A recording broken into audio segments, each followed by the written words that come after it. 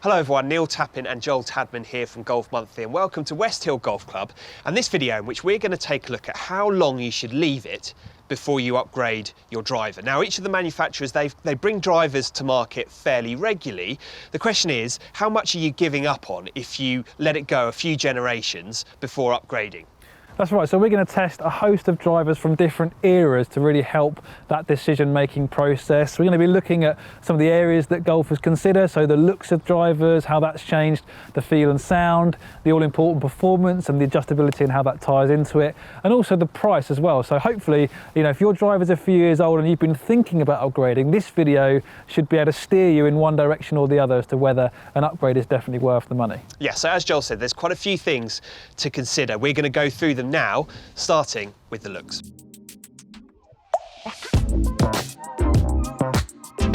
Well, so the first category is the looks. It's a subjective category, of course, but the first point I would make about the look of a driver is that the more colour and bells and whistles you've got going on, while that might have been trendy at the time, the greater the chances of that driver becoming out of date and dating a bit quicker. One brand that maybe doesn't have that problem as much is Titleist. Neil, you've got 4 different Titleist drivers here from different years. I've got to say, they don't look a whole lot different. No, they don't. So the earliest one I've got is the 905, and this dates back to 2006. I'm sure there's probably someone watching this video who's either got this in the bag or who's used it in the past. If so, please do leave a comment. And the most recent one I've got is the Titleist TS3, which is their current driver, and they are all unmistakably Titleist drivers. They've tweaked the look over time, but they're not drastically different from each other. One thing I would say is that if you are using a driver that's quite old, chances are it won't be a 460cc driver. So this one from 2006 is only 400 cc's. And in terms of the looks, I'd say that's fairly intimidating, actually, to look down on versus the current driver, which just feels like a far more generous hitting area. So I'd say I've always been a real fan of Titleist drivers. I love the way they look and the way that they sound.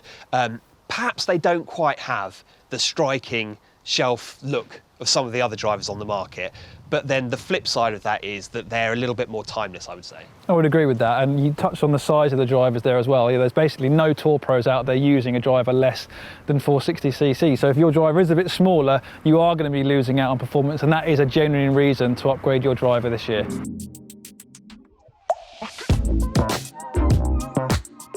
Okay, so the next category we're going to take a look at is the feel. And obviously when we talk about the feel, what we're really referring to is the sound the driver makes through impact. And I tested all of the current drivers on the market for 2020 at the beginning of the year. And I'd say the feel category is one of those categories where you notice the biggest difference between the drivers that are currently available. So regardless of kind of what your plan is, if you are thinking about upgrading, I would try a few different models because they will sound slightly different. And chances are you will find one driver that just sounds and feels that much better to you. And if you get it properly fitted, it might just be the one that you sort of naturally fall into. Yeah, it comes down to the material used on the crown really more than anything. So we see brands like Titleist and Ping have titanium crowns, and that leads to quite a loud, tinny, metallic sound that some golfers prefer. Whereas conversely, we've got some drivers with carbon fibre crowns, so TaylorMade, Callaway, Mizuno, and that leads to a quieter, duller, more muted sound. They're quite different, and I definitely prefer that more muted sound because it doesn't feel any less powerful, but it just offers something different in terms of the acoustics. So that's one thing you definitely consider, because if your driver's a few years old, the chances are you've not experienced that carbon fibre crown, and it might just be that one thing that kind of tips you over the edge in terms of buying a new driver. The other thing worth considering is the sound the driver makes when you don't hit it out of the middle. And one thing that Joel and I both talked about actually while we were testing these is when you don't hit them out the middle, you get a different sound. So with the 905 that I've got here, I tend to hit, my shot pattern tends to be slightly out of the heel. When I hit it out of the heel with this, I notice it. When I hit it out of the heel with the current driver, I don't. And when I say I notice it not in a good way. Yeah, not just in terms of the sound, but also the ball flight as well. You've hit some really good shots with that old driver, but when you didn't catch it, ball was curving all over the place. It was a lot more difficult to control. And I could tell you exactly where on the face it's come out of, where I hit plenty of shots with this that aren't quite out the middle, and yet the performance is very good and the feel isn't sort of demonstrably different. The last thing I will say is that the feel is one of those unquantifiable things that can make a big difference in terms of how much you like that driver. And if you are going through a fitting, I would say that it's a good idea to try and hit some shots with that driver outside, out in a real world environment, either on the golf course or outside on the range, because in my experience, when you're hitting shots indoors or under a covered driving range, it can be quite difficult to pick up on the differences in terms of the sound and in terms of the feel.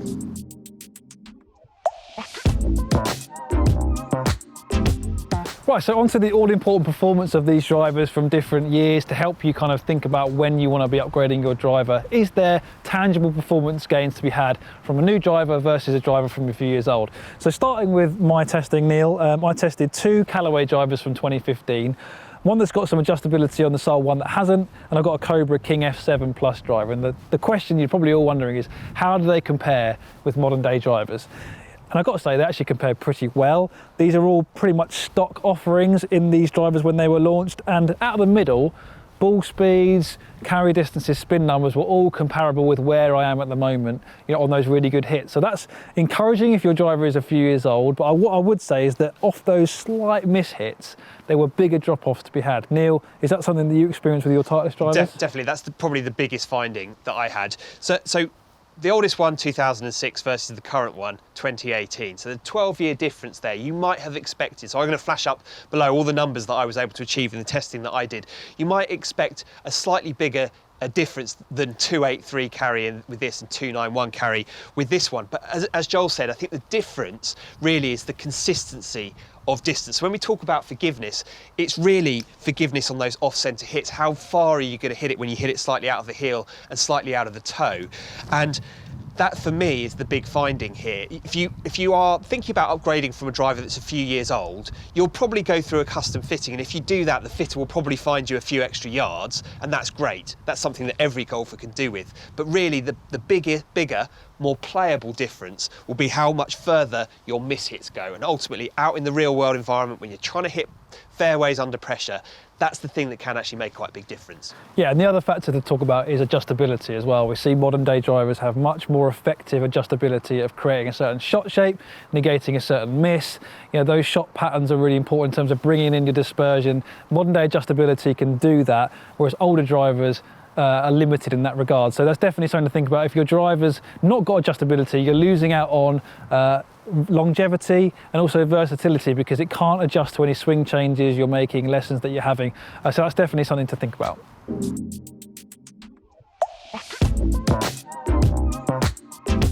So the next topic is the price, and of course every golfer out there will have their own budget that they're looking to spend on a new driver.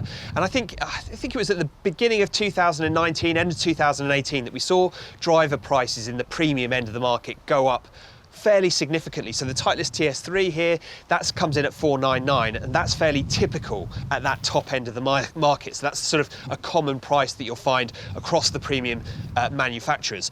And that is, of course, Joel, quite a lot of money to spend on just one golf club, isn't it? Definitely, and that rising price of drivers has really opened up that kind of second-hand market. You know, I don't think brands are oblivious to the fact that golfers are looking for the best product at the best possible price, and used drivers is one of the ways to do that, especially if you know your spec, you know what you like, you can get some good bargains out there. We've seen Callaway open up their pre-owned websites, part of the website, so you can buy pre-owned Callaway clubs at a cheap price, especially when you factor in that no brands really are offering that cheaper driver really these days. It's actually more, all the drivers are at that premium level. Yeah, we saw a few years ago you might be able to buy a driver at this price point and then another one with the same manufacturer that's slightly less. That's not the case now. One thing I would say about what you just said, Joel, is that a couple of things. Firstly, if you do go in for that sort of pre-owned or generation old driver, you might not have as many fitting options, so that's something worth considering about. And the other thing to think about is just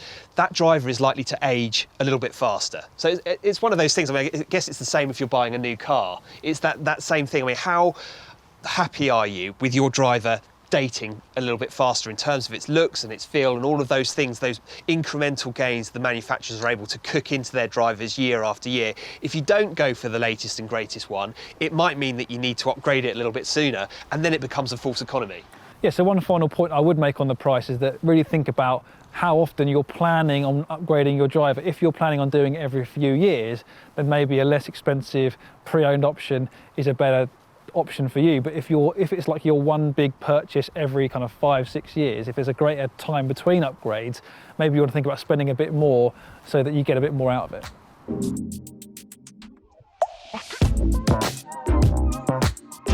Right, so on to the overall verdict. The big question we were trying to answer at the start of this video was how often should you upgrade your driver? And I don't think there's any kind of hard and fast rules about it. Hopefully this video has given you kind of a good idea about some things you need to think about. But one thing I would say is that I think from generation to generation, driver to driver, you're only talking very marginal gains. And if your driver is 1 or 2 years old, I don't think a new driver is going to revolutionise your performance out on the course. But if your driver is 4 or 5 years old, I think those incremental gains that you've missed out on will provide tangible benefits that you will notice out on the course, whether it's a bit of extra distance, a bit more accuracy, and they're just generally a bit more playable and a bit more forgiving. Is that fair, Neil? Yeah, and ultimately, when you're faced with a difficult drive and you're under pressure and you need to hit the fairway, that's when you need your equipment to do the job for you. So it's worth thinking about. Now, I would love to be able to stand here and say that there's a definitive answer to this question, that it's 3, 4, 5 years. I don't think I can, because ultimately it depends on how much you love the driver that you've currently got in the bag. It might well be that it's quite old, but that you are very, very confident using it. You love the way that it sounds and the way that it looks, in which case, you know, you might be opening Pandora's box by trying to put something else, something newer in the bag. Now, the other thing I would say is that it's always worth paying attention to what those around you are doing. It might be that you play in a regular 4-ball and you're starting to notice that those around you are starting to hit the ball a little bit further or a little bit straighter, just generally driving the ball a little bit better than you are. And it can be that sort of trigger point, that moment that you think, actually, my 6-year-old driver, maybe I am losing out on something here. So it's always worth just considering.